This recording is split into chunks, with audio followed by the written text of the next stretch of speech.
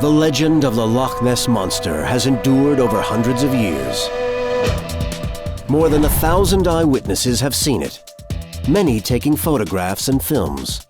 We saw this great neck emerge from the water. The skin was a rough textured skin, like an elephant skin. 26 people in all saw it that day. But what is the truth about one of the world's greatest myths? Could the Loch Ness Monster really exist?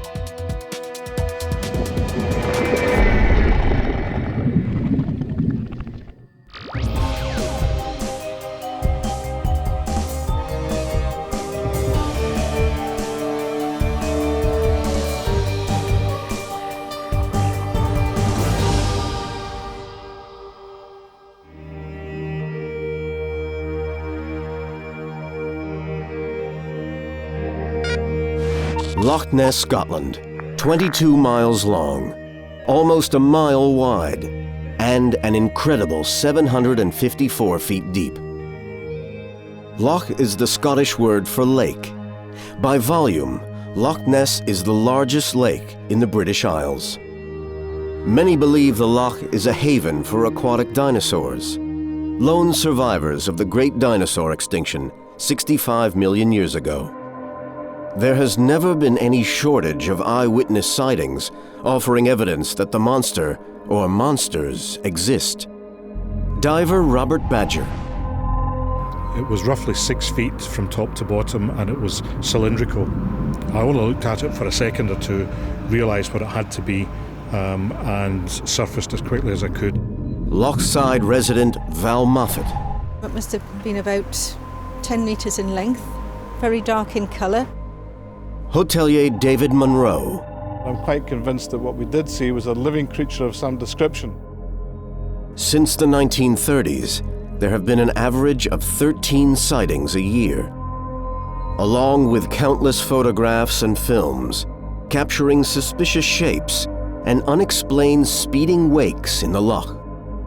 Now, detailed scientific analysis sheds new light on images of Nessie. This world-famous photograph from 1934, this picture from a quarter of a century later, and this film from the 1960s. New scientific theories could explain many of the reported sightings, and cameras can now go where no cameras have gone before. Naked Science seeks to find out what is really going on in the depths of Loch Ness.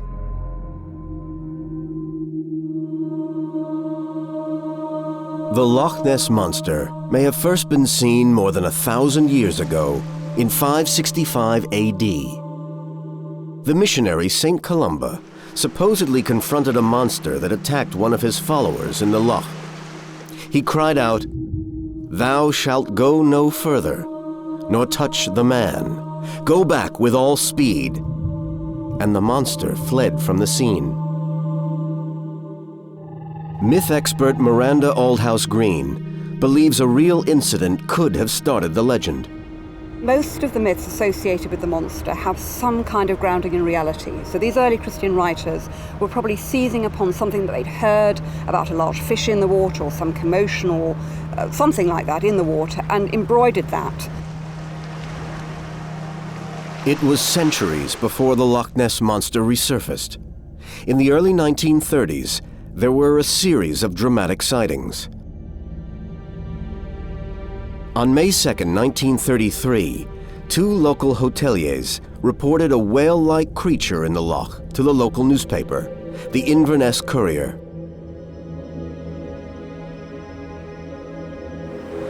Two and a half months later, on July 22nd, vacationers George Spicer and his wife believed they saw a creature crossing the loch's south road. It was just 50 yards in front of their car. The story spread like wildfire, and an army of journalists descended on the loch. Sightings continued, and within a year, an image of Nessie was captured in what became known as the surgeon's photo. So called because it was supposedly taken by respected surgeon Robert Wilson. Coming from so professional a man, with such unimpeachable credentials, the startling photograph had to be true. It established the Loch Ness Monster as a worldwide phenomenon. The picture clearly showed the head and neck of a creature emerging from the waters of Loch Ness. It fueled speculation that Nessie, as she quickly became known, was a prehistoric creature, perhaps the long-extinct plesiosaur, a huge aquatic dinosaur that could reach up to 35 feet in length.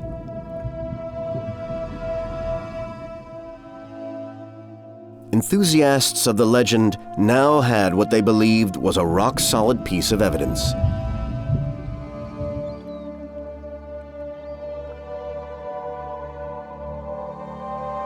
Over the next 50 years, other photos came to light, but nothing was as convincing.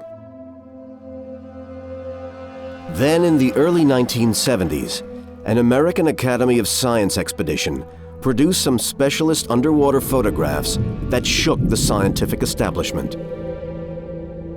First came the flipper, then a body and neck, and finally the gargoyle head. Many believers were won over by these images, despite doubts in some quarters. Science needed more evidence before rewriting the history books. Adrian Shine, skeptic and leader of a British team called the Loch Ness Project, has spent 30 years trying to find rational explanations for the monster sightings. He went back to basics by posing simple scientific questions about the biology and environment of Loch Ness. Was there enough food in the loch in terms of fish to support large animals? What were the temperatures telling us?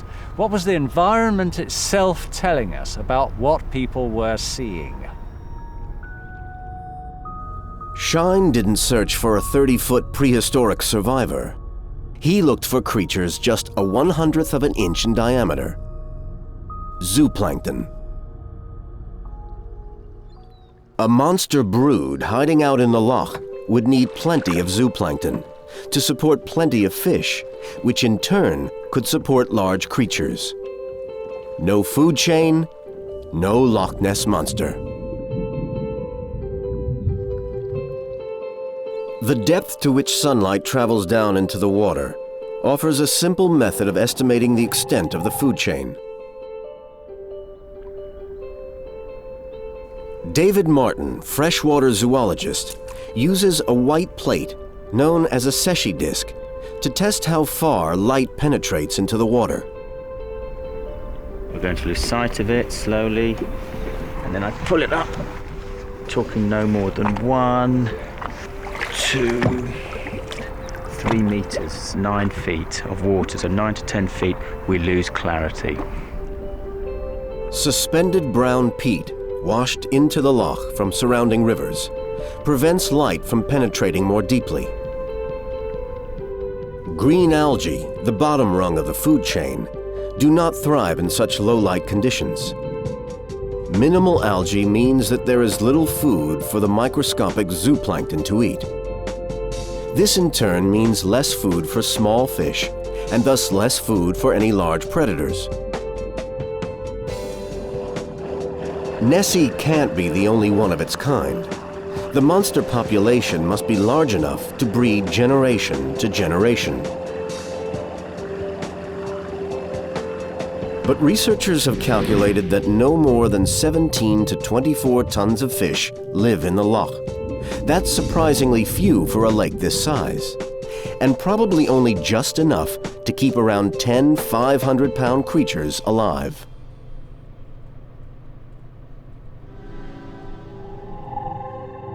Plesiosaur expert Richard Forrest believes that would be too few animals to sustain a breeding colony. 30 to 40 would be the minimum size of a sustainable breeding population. What's more, plesiosaurs would be easily spotted every day. Plesiosaurs breathe through their mouths and would need to surface in the loch every few hours. An air-breathing animal living in Loch Ness would be coming up to the surface all the time. And if there was a population of plesiosaurs there, you would go there any day, and if you watched the loch, you'd see many sightings, because each one would have to come up for air several times during the day. But coming up for air doesn't mean they can thrust their heads and necks high out of the water, as reported by some witnesses.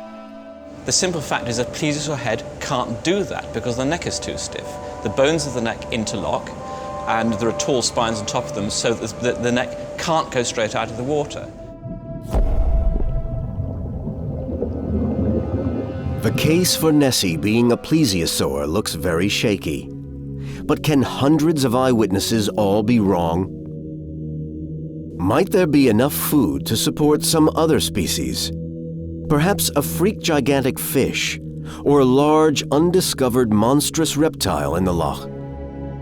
There's only one place to uncover the truth. Naked Science dives deep into the murky, mysterious waters of Loch Ness. As deep as any camera has ever gone before, down to the very bottom, to Nessie's lair.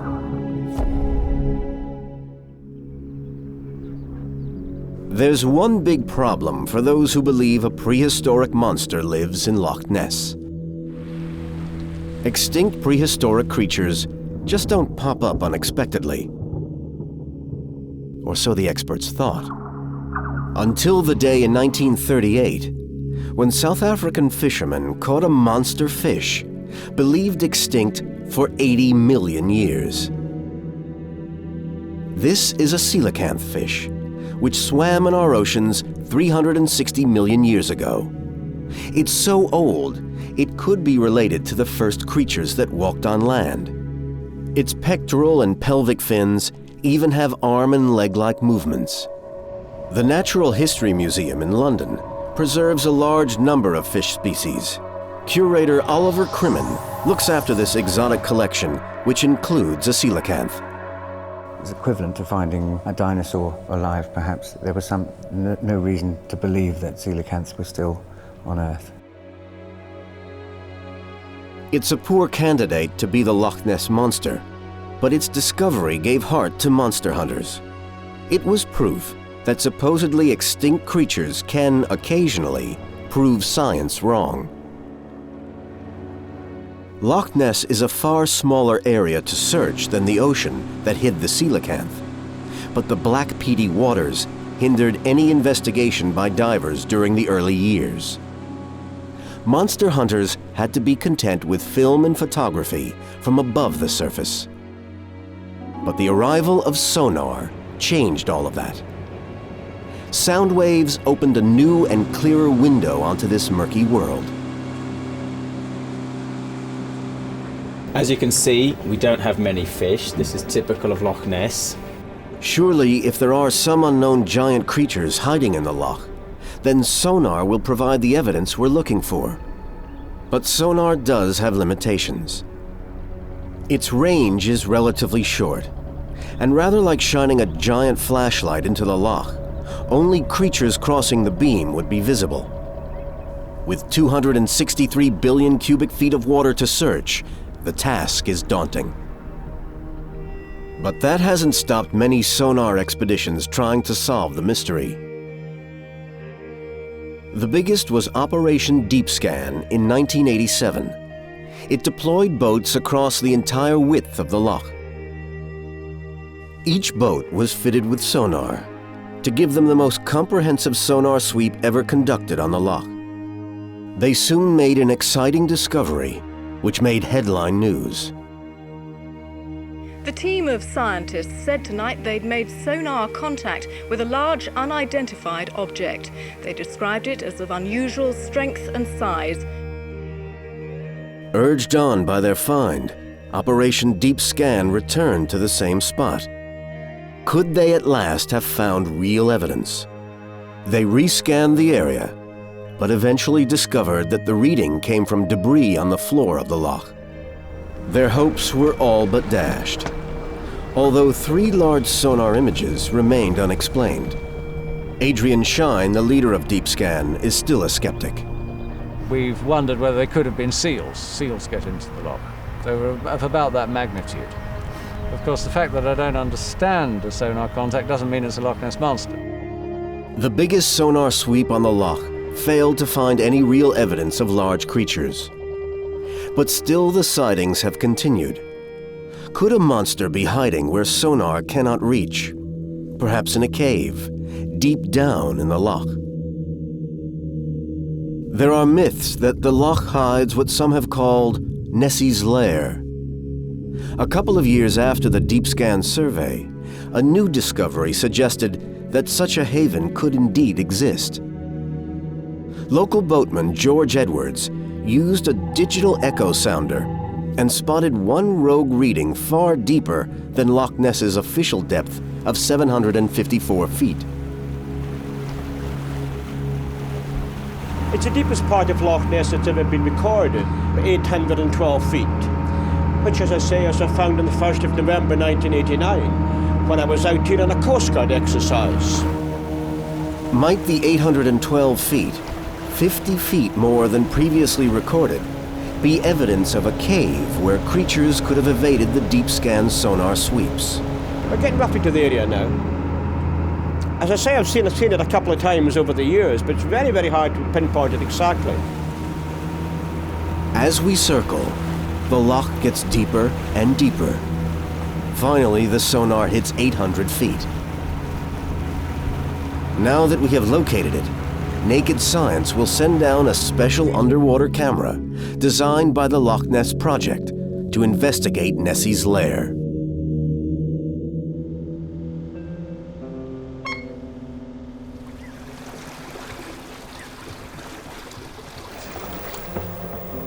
We're dropping the camera down the side wall, and we're looking at the consistency of the wall of Urquhart Bay to see whether it could harbour the sort of folklore references to caves.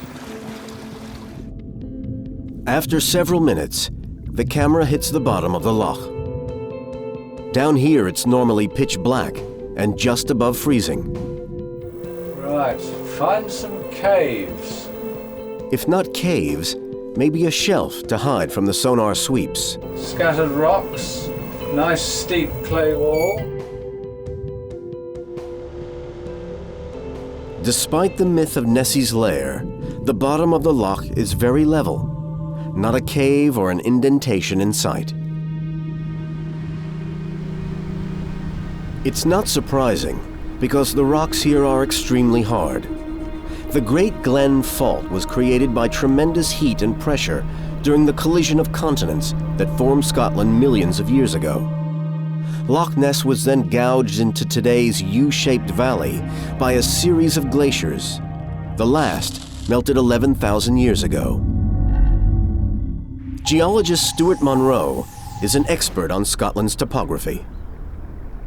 If we'd been around here about 11,000 years ago, we'd have been seeing a glacier that was retreating. But if the freshwater loch was not formed until just 10,000 years ago, then how could a population of prehistoric monsters have been living there for 65 million years? Could the monster possibly have come in from the sea after the end of the Ice Age? There is evidence of a massive flood around this time.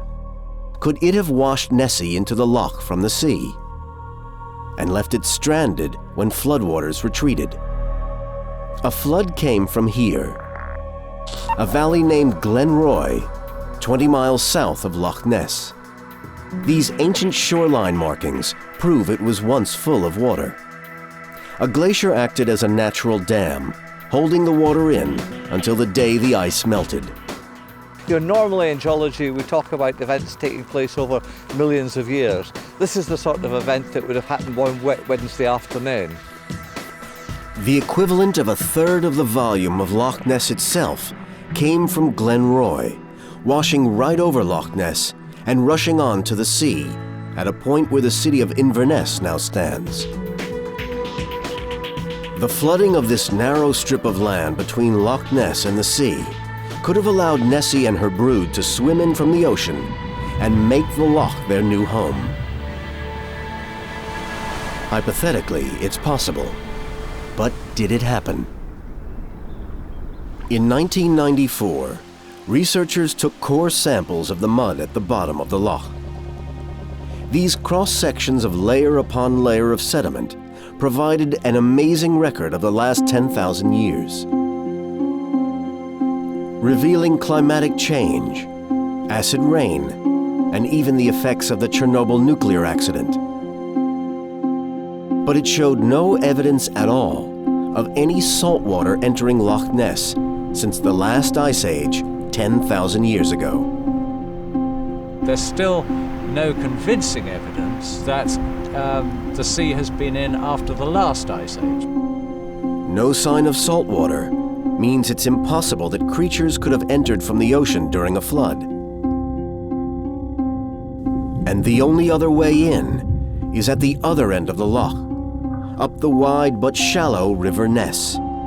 That's the way that salmon, the occasional seal, and some more unusual creatures reach the loch these days. In 1932, a Miss MacDonald saw a crocodile-like creature swimming in the river. It had a short neck, long snout, and possibly even tusks.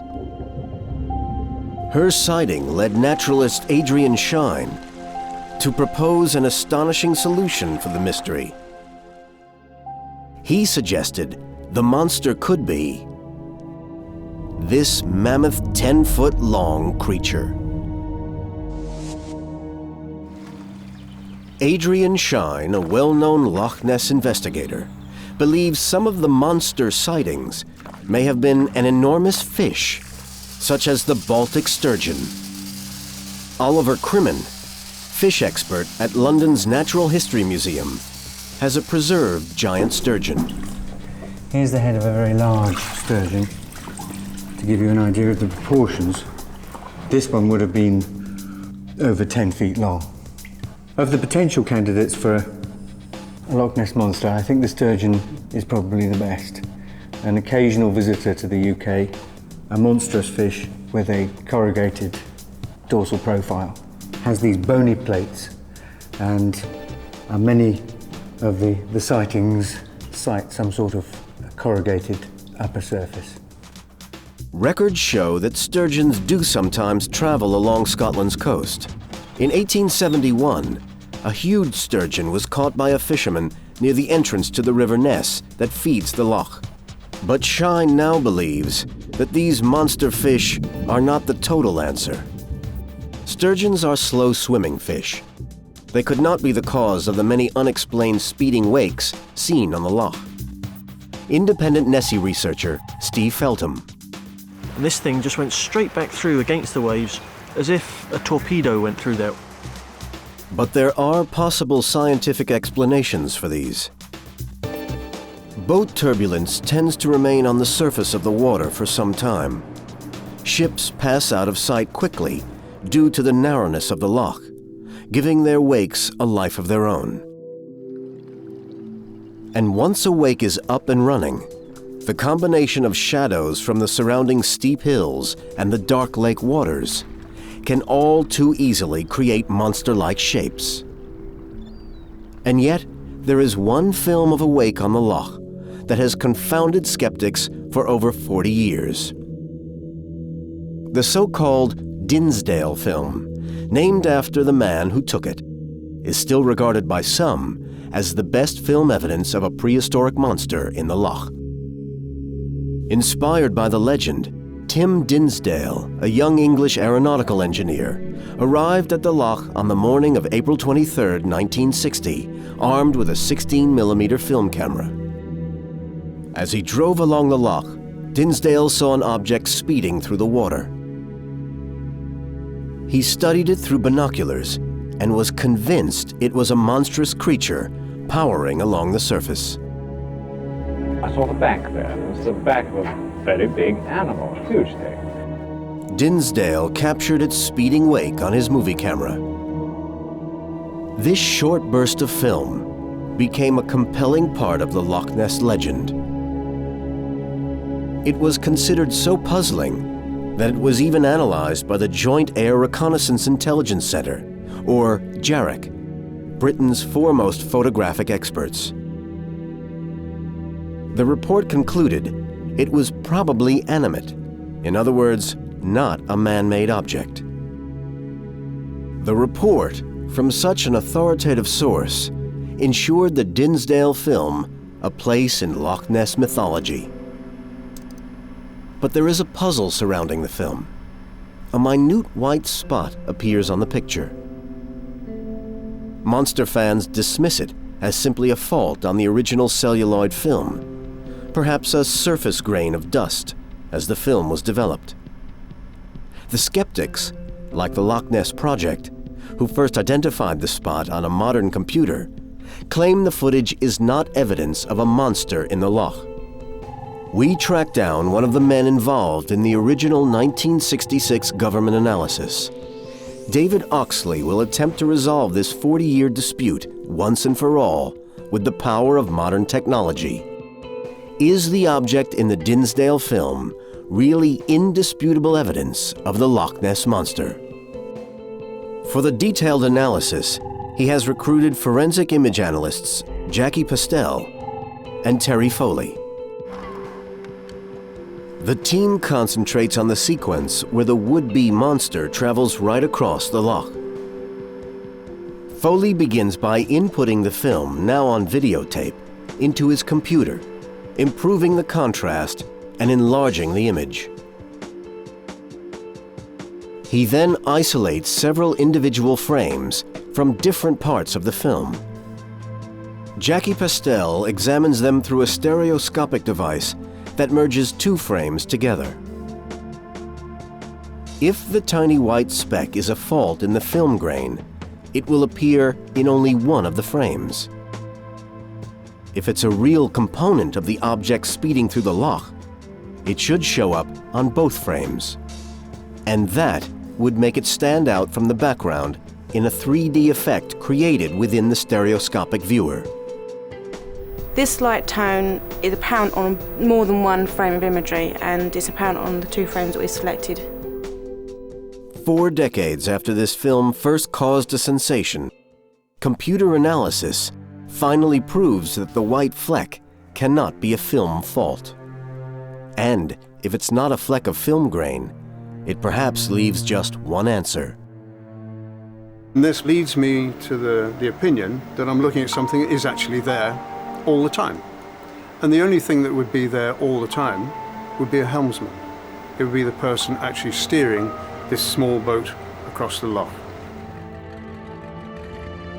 So after 40 years, has one of the key men involved in the original analysis changed his mind? It's my opinion that the object is inanimate and in fact is much more consistent with the shape of a boat than perhaps it is of the Loch Ness Monster. The much-respected Dinsdale did in fact shoot a second piece of film, this time of a boat as a comparison, which can be clearly seen here.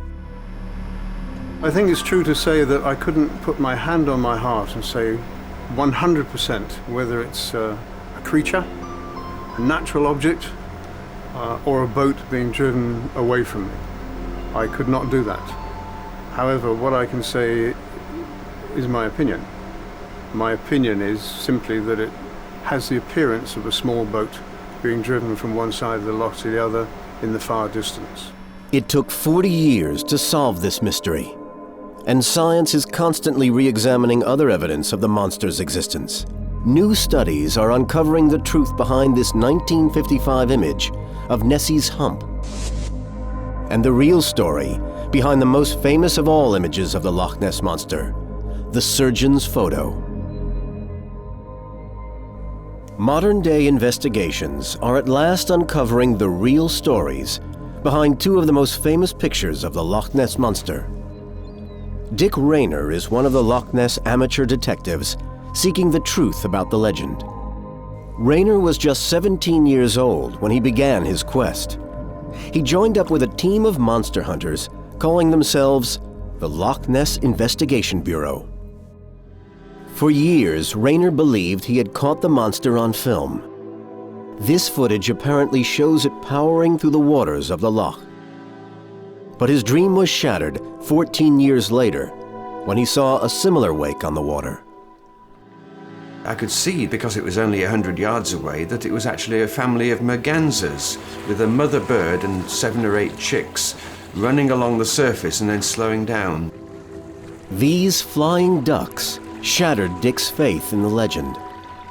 He decided to prove that many so-called sightings are nothing more than the activities of local birds, animals, or boats.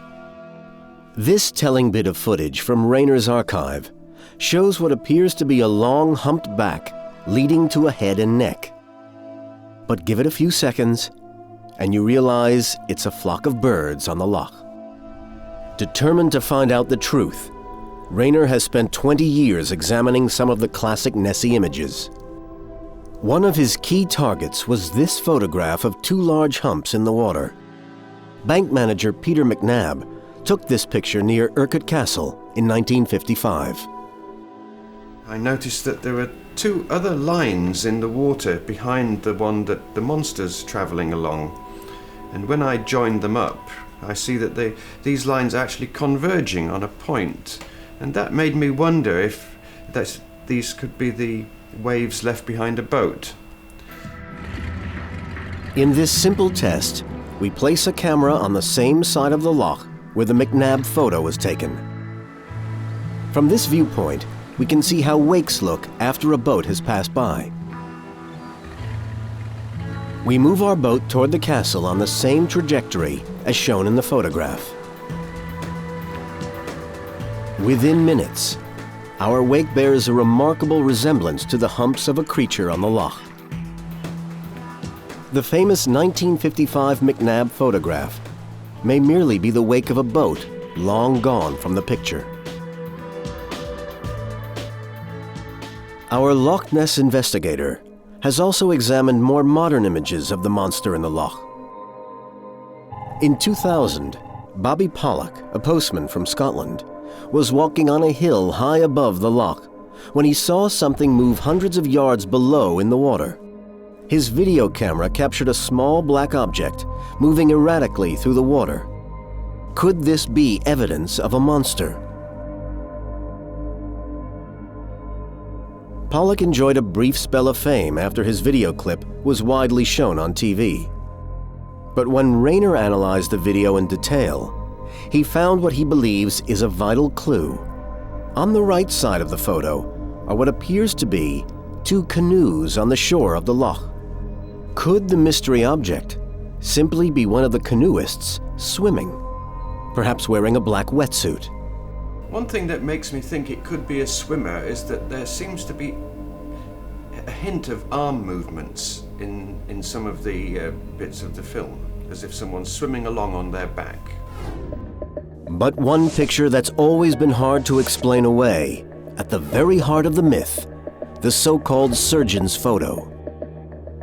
The surgeon's photograph is the icon. It is what most people see as Nessie. It is their Nessie. It's instantaneously recognizable, but there is still an enigma attached to it.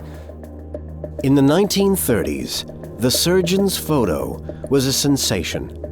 Not only did it seem to prove that Nessie existed, it came from an impeccable source, a much respected surgeon.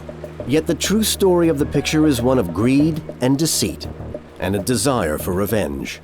In 1933, the seeds of deceit were sown when an English newspaper hired self-styled big game hunter Marmaduke Wetherell to hunt down the Loch Ness monster. Within days, Wetherell claimed to be hot on its trail. He found monster-sized footprints on the shore of the loch.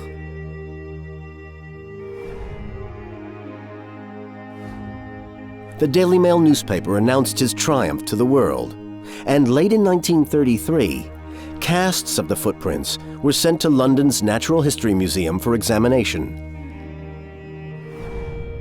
Just a week later, however, the museum produced a damning verdict. They could find no difference between the monster footprints and those made by a hippopotamus. Wetherell had tried to fool the world by creating footprints with a silver hippo foot ashtray, a souvenir from his hunting days. Disgraced and bent on revenge, Wetherell returned to the loch, with a model of a monster. Made from a toy submarine with a plastic dinosaur's head and neck, it was the handiwork of his stepson, Christian Sperling. He phoned up his stepson Christian, and said, okay, if they want their monster, I'll give them their monster. Wetherell didn't just photograph the model on Loch Ness. He went a step further. His hippo foot hoax had ensured that nobody would believe him if he produced the new picture. So he persuaded Robert Wilson, a respected London-based surgeon, to join in the hoax. Wilson, who loved practical jokes, agreed to pretend to the press that he had taken the picture.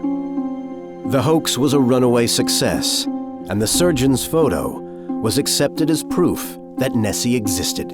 Amazingly, the real story remained a secret for 50 years. The true story of this hoax was known amongst small pockets of people, but it never got into the wider general public domain.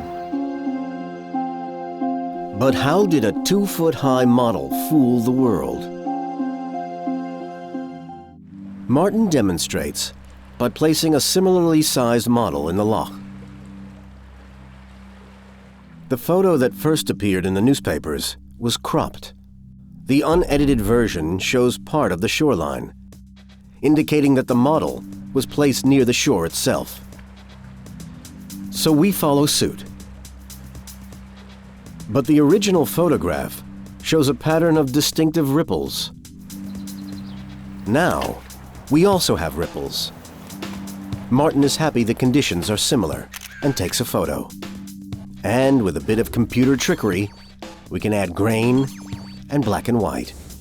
Side by side, the two photographs are very similar.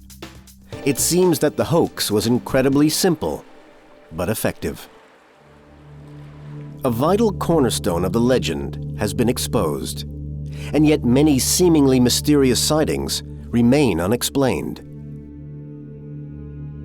A little-known phenomenon in lakewater physics, a rare and unusual underwater wave, may hold the key, at last, to unlocking the truth of the Loch Ness legend. Helen Ross, psychologist and expert on illusions, believes the myth is so powerful that people may see ordinary objects in the water, but fool themselves they are seeing the monster.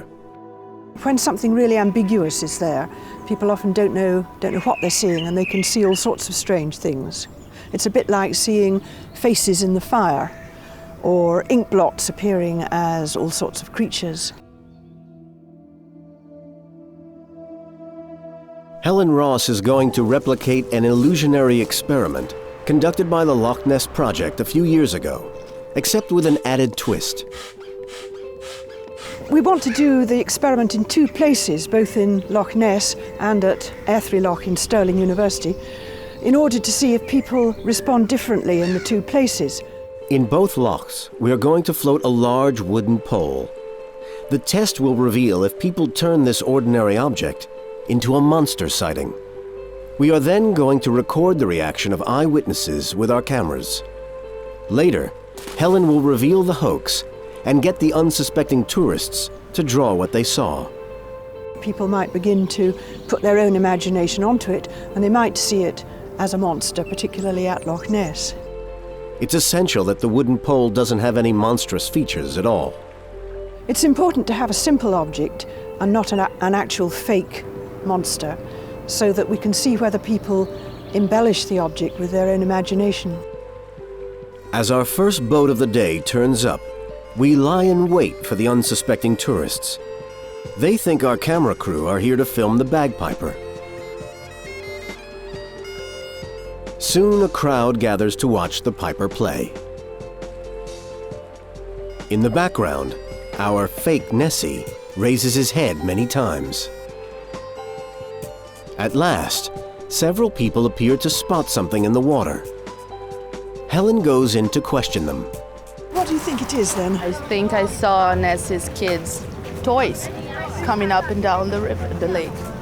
It's clearly that. Some kind of underwater machine, I don't know, a little submarine, I don't know. Looks like Nessie's breathing pipe. I think he's just come up to see what the noise is about. Our next tourist, a young boy, rushed down from the roadside after seeing our pole in the water. I thought I saw Nessie, but it turned out to be a log once I got a closer look. Ah, but your first thought was that it was Nessie. I'm a firm believer in Nessie. And from that distance, he did think it was the monster, and he came running down to have a closer look, and then he saw that it was only a stick, and he was very disappointed.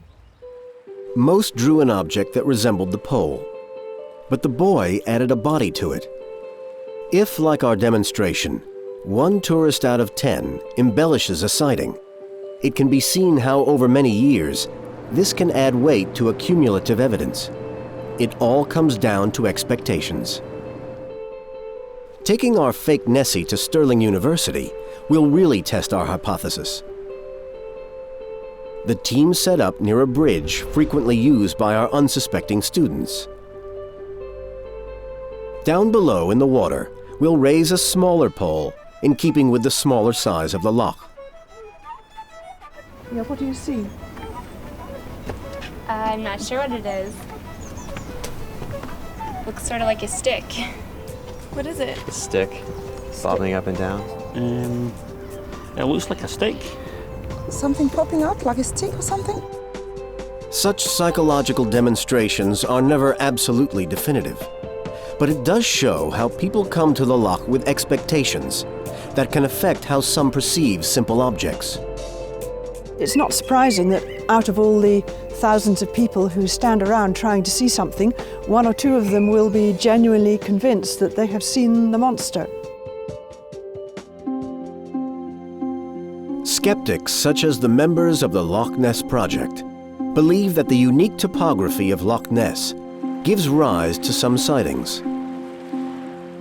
Loch Ness researcher Adrian Shine suggests there are 2 factors in creating illusions on the loch. First, the loch is like a wind tunnel because it's aligned with the prevailing southwest to northeast winds. Second, because of its great depth, the loch water never gets too warm in summer, nor too cold in the winter.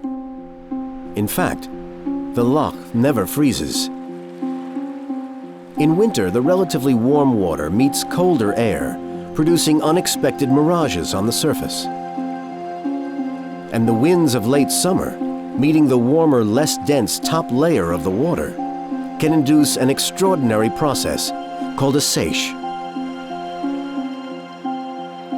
A seiche, as demonstrated in this tank, is created when the red upper warm layer mixes with the blue colder layer. This mixing process is kick-started by the wind to produce a rolling underwater wave driving the surface waters along the loch. This seesaw motion is almost invisible to the human eye as the warm layer passes over the cold water underneath. The top layer takes about 30 hours to travel the length of the loch. Once it reaches the far end, it bounces back, this time traveling against the wind. Debris such as a log carried by the top layer of water will appear to swim against the wind. This unique footage clearly shows a log swept along in a seiche. So I might see an object on Loch Ness and think, well, that's a log. And then I see that it's swimming into the wind. So I've rationalized that because it's moving against the wind, it's swimming, hence animate. Shine believes that sightings of logs and other debris moving in this apparently lifelike way trigger many false monster reports. Logs flow into the loch from 6 rivers and are pushed toward the center by an underwater current called the Langmuir circulation. The log is then in position to be picked up by the seiche as the wind begins to blow down the lake. But could people really mistake a moving log for a monster? One way of testing that theory is to drag a log through the water on the end of a rope. Many sightings mention humps, while others talk of heads and necks. For this test, Adrian Shine picks a log at random. In the right light, and with a chop on the water, our Loch Ness monster is revealed in all its glory.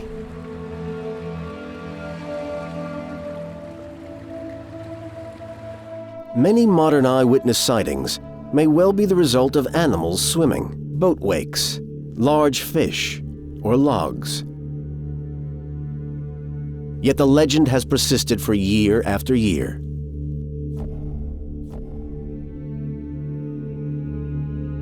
Dr. Luigi Picardi, an Italian specialist in Mediterranean geology, has developed another theory to explain some of the older sightings on the loch. He thinks they could have come from a more unusual source: earthquakes. Picardi believes that seismic activity could have laid the foundations of the legend of the Loch Ness monster. He contends that seismic activity under a lake could produce a disturbance on the surface that could be mistaken for the monster. Picardi is currently investigating ancient Greek temples. He thinks that there is more to ancient mythology, Greek, Scottish, or otherwise, than meets the eye. You find that many of the effects described in mythology can be related to real effects during strong earthquakes. Picardi believes his theories are not just applicable to ancient Mediterranean sites. They can also be linked to water legends. Some geologists believe that an earthquake in 1991 in Guatemala offers evidence to back up his theory. Scientists seeking evidence about the ancient Mayan civilization witnessed a local earthquake which produced a disturbance in a nearby lake. The seismic shock produced a wave formation with close similarities to serpent myths passed down in local legend. Picardi thinks that similar seismic activity could have caused sightings at Loch Ness.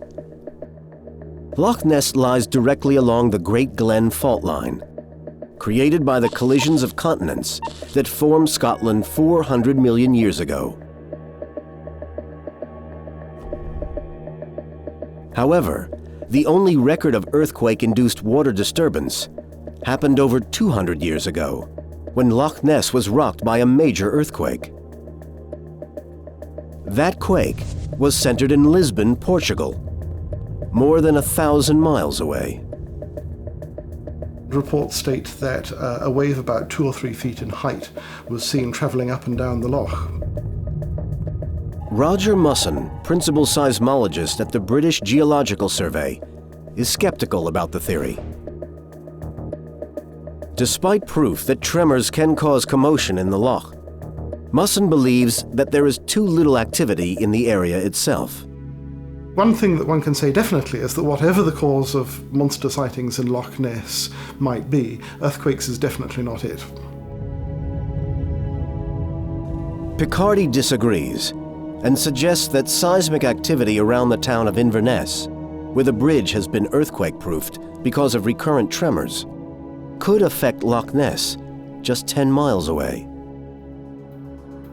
He plans a detailed seismic survey in search of evidence for his theory.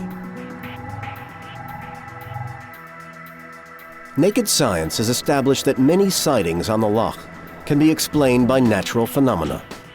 We have discovered that waves, birds, mammals such as seals, and large fish such as the Baltic sturgeon help prolong the myth.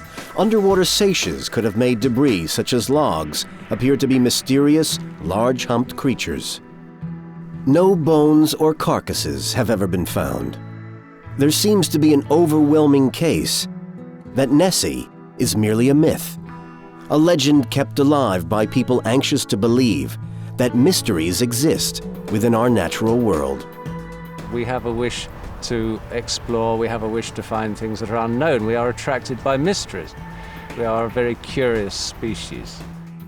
But maybe one day, the loch will reveal a monster species thought extinct, confounding science once again.